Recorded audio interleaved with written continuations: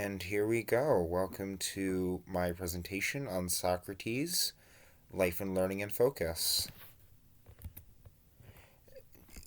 Socrates is a very well-known Greek philosopher who, now I know at least, challenged the status quo and worked very tirelessly to go after knowledge and learn as much as he could, while also helping others to do so.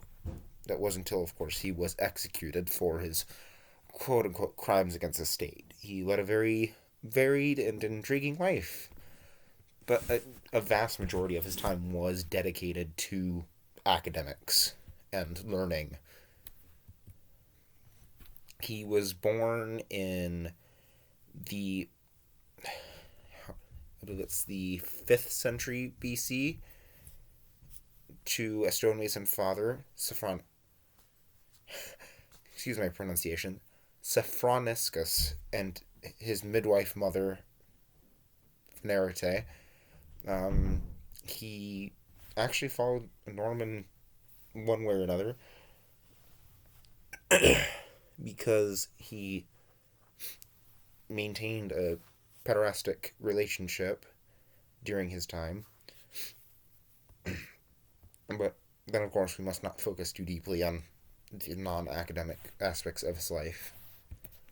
Um, he often indulged in intelligent discourse, and as mentioned earlier, usually influenced others to constantly question what was around them, whether it be their elders, their families, their teachers, really anyone.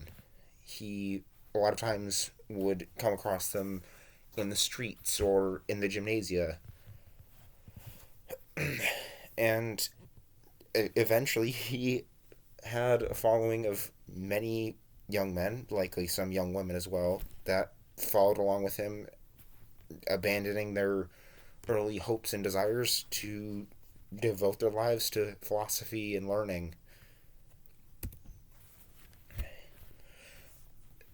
From my research, I discovered that he was actually a very anti-writing sort of fellow. He liked to work with memorization, very much committing things to memory as opposed to writing them down as a means of educating his followers, despite not calling himself teacher, pretty much denying the title of that.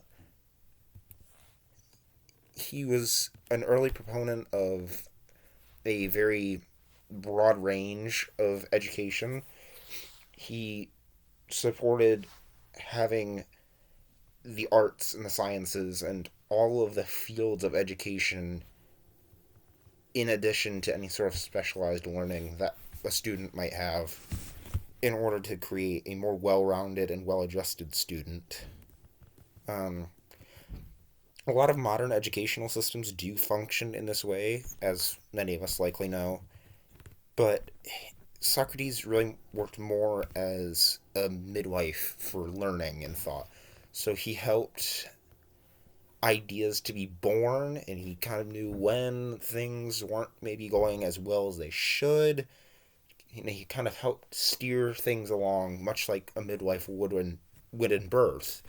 They helped to advise the mother of the thought, meaning the student, and